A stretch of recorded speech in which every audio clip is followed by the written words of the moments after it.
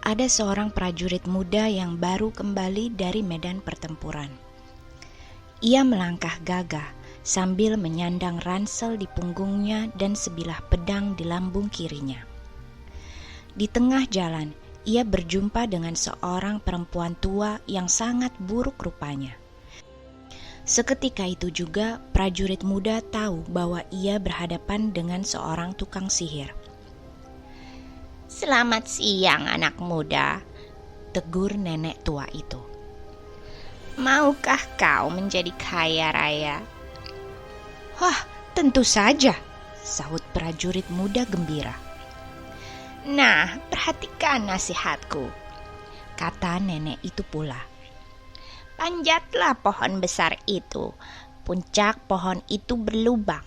Kau dapat merangkak ke dalamnya, dan aku akan mengikat pinggangmu dengan tali supaya aku dapat mengulurmu masuk dan menarikmu kembali ke atas." "Apa yang harus kulakukan di dasar pohon itu?" tanya prajurit muda.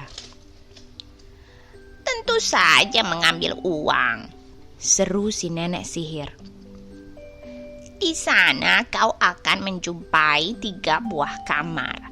Kuncinya tercantel di pintu masing-masing, sehingga kau dapat membukanya. Kalau kau menghadapi bahaya, gunakanlah kain biruku ini. Nah, berangkatlah."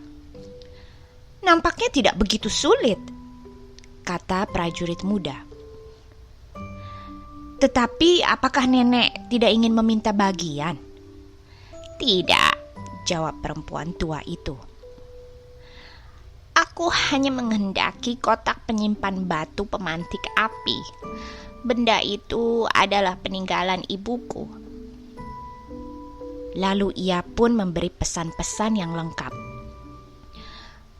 "Oh, baiklah kalau begitu," kata prajurit muda.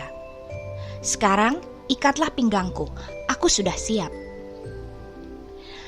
Tidak berapa lama kemudian, prajurit muda itu sudah meluncur ke bawah.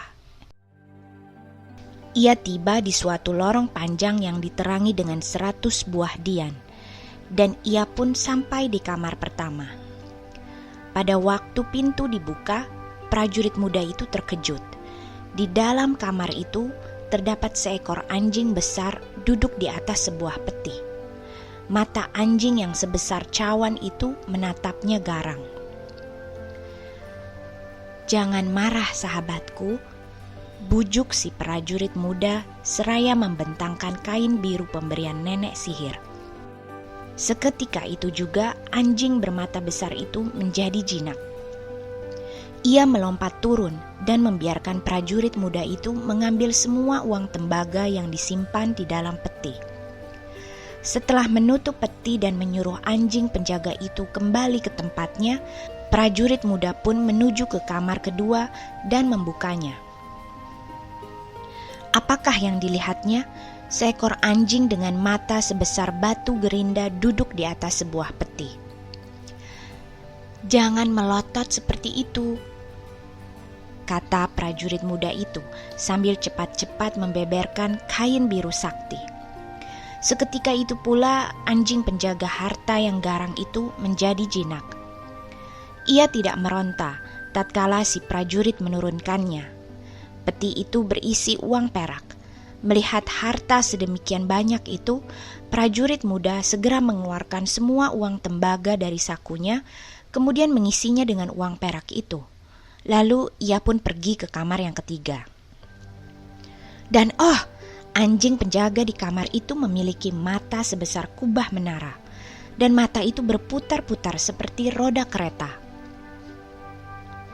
"Selamat sore," kata prajurit muda yang jenaka itu sambil memberi hormat secara militer. Sesaat ia tertegun di tempat, kemudian memaparkan kain biru sakti sambil berseru, "Ayo kawan, kemarilah." Seperti yang lain, anjing yang teramat garang itu pun menurut. Dengan leluasa si prajurit muda membuka peti yang ternyata berisi emas. Dengan cepat dikosongkannya semua kantung yang semula berisi uang perak dan kemudian diisinya dengan emas. Topi, ransel, dan sepatunya pun diisinya pula. Setelah menutup peti dan mendudukkan anjing raksasa di tempatnya semula, ia pun keluar, menutup pintu lalu berseru, "Nenek tua, aku sudah siap kembali ke atas." Apakah kotak batu pemantik api sudah kau bawa? "Oh iya, aku lupa," teriak si prajurit muda. Kemudian ia melihat ke sekeliling dan menemukan kotak tua itu. Prajurit muda itu mengerutkan alisnya. Mengapa nenek sihir itu sangat menghendaki kotak tua yang hanya berisi kaul dan batu untuk memantik api? Tidak lama kemudian, nenek sihir itu menariknya ke atas, dan dalam waktu singkat mereka telah berhadapan. "Mengapa kau menghendaki kotak pemantik api itu?" tanya prajurit muda curiga. Itu bukan urusanmu, sahut nenek tua menggeram. Serahkan benda itu sekarang juga. Aku hanya akan menyerahkannya bila kau mau menjelaskan kegunaan batu pemantik api itu, kata si prajurit muda yang kemudian mengancamnya. "Atau kubunuh kau." Aku tidak akan menceritakannya, teriak nenek sihir. Prajurit muda menjadi semakin curiga. Karena itu ia menarik pedangnya, dan sebelum nenek sihir itu sadar, lehernya telah terbabat hingga putus dan mati. Sambil memikul kain biru pembungkus emas di bahunya, serta menyimpan kotak batu pemantik api di sakunya, prajurit muda itu pun melangkah menuju ke kota. Memulai hidup baru sebagai seorang muda yang kaya raya. Hidupnya mewah, dan sahabat serta kawannya pun tidak terbilang. Sayang karena hidupnya yang royal, emas yang sedemikian banyak pun akhirnya habis. Dari rumah yang indah, kini ia harus pindah, menyewa sebuah pondok kecil dengan pakaian lusuh dan 2 keping uang tembaga di sakunya. Segenap sahabat kenalan yang selalu berpesta pora dengannya, tak seorang pun yang rela menolong maupun menjenguknya. Suatu petang, tatkala prajurit muda itu hendak menyalakan lilin, ternyata korek telah habis dan ia tidak mempunyai uang untuk membelinya. Waktu itulah ia teringat akan kotak penyimpan kaul dan batu pemantik api. Dengan penuh harapan diambilnya kotak tua itu dan membubuhkan sedikit kaul ke atas batu pemantik api dan menggosok batu pemantik api dengan geretan agar menimbulkan percik api yang dapat membakar kaul itu. Tetapi apa yang terjadi? Tatkala batu pemantik api beradu dengan geretan, seketika itu juga muncullah seekor anjing besar yang memiliki mata sebesar cawan. Sesaat prajurit muda itu tertegun tatkala mendengar anjing itu berkata, "Apa yang tuanku inginkan?" Namun ia segera menangkap rahasia kesaktian kotak batu pemantik api. Karena itu ia pun berkata, "Bawakan kepadaku beberapa keping uang." Anjing raksasa bermata sebesar cawan itu lenyap, dan pada detik yang sama telah kembali sambil menggonggong kantung yang penuh berisi uang tembaga. Prajurit muda itu bersorak dalam hati. Kini ia tahu bahwa apabila ia menggosok batu pemantik api 1 kali, anjing penjaga harta tembaga akan muncul. Lalu apabila ia menggosoknya 2 kali, anjing penjaga harta perak yang muncul. Dan 3 kali akan muncul anjing raksasa penjaga harta emas.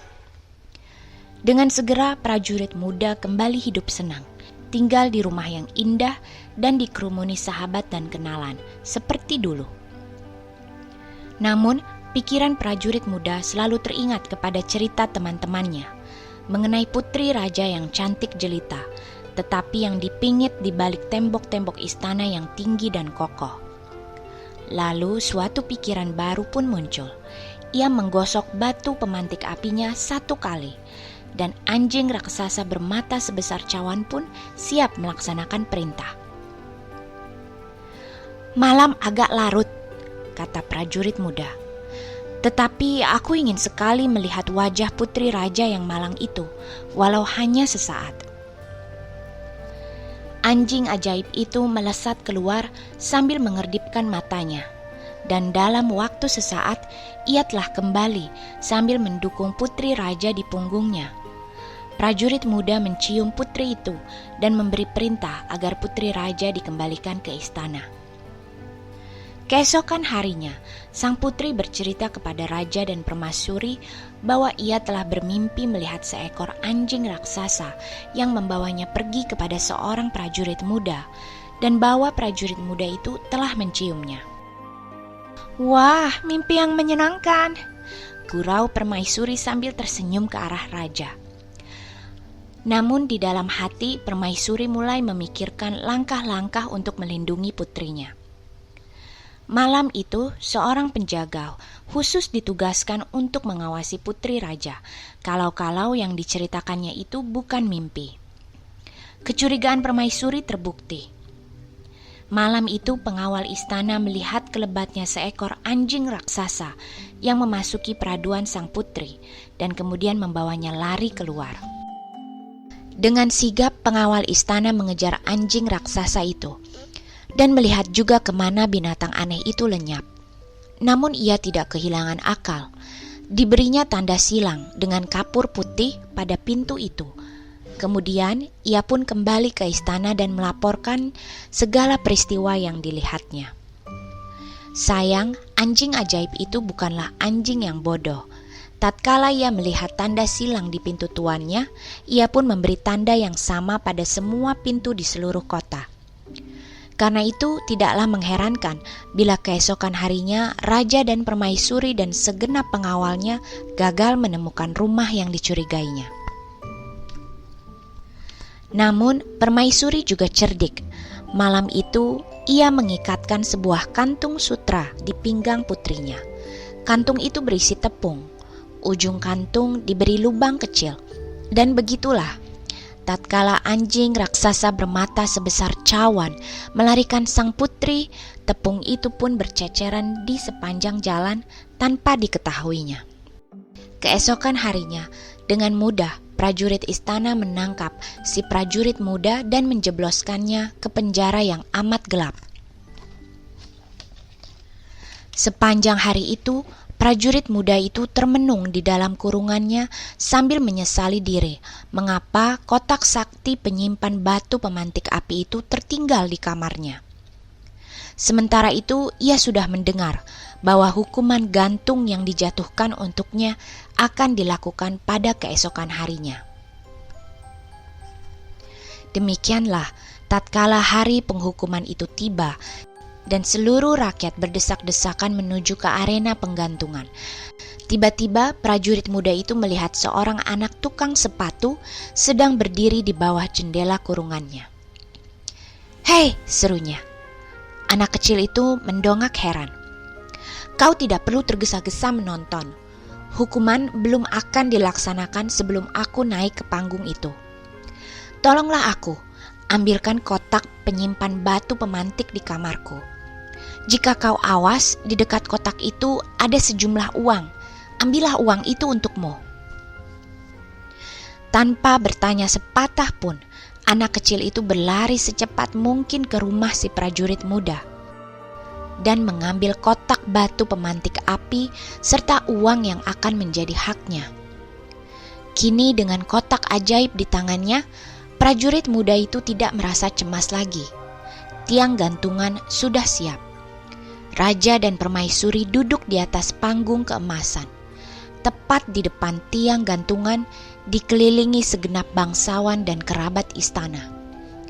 Suara berisik penonton menjadi lenyap tatkala hakim istana memberi perintah agar terhukum dibawa keluar.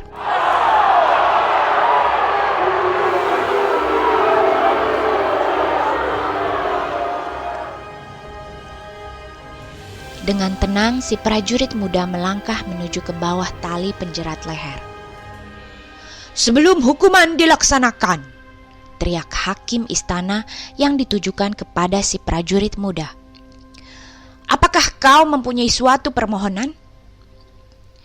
"Hamba ingin merokok, tuanku," sahut prajurit muda lantang. "Permohonan dikabulkan dan laksanakan dengan cepat," jawab hakim istana. Prajurit muda itu mengeluarkan kotak ajaibnya dan batu pemantik api itu digosoknya. 1 kali, 2 kali, dan 3 kali.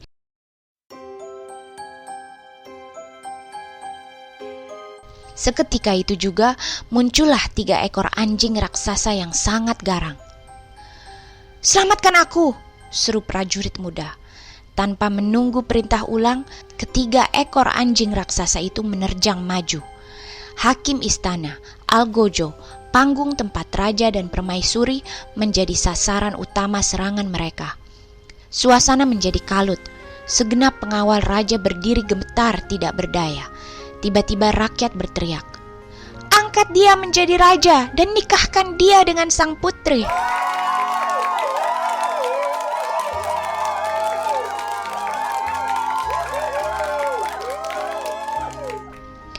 Rakyat mendukung si prajurit muda dan menaikkan ke kereta kerajaan.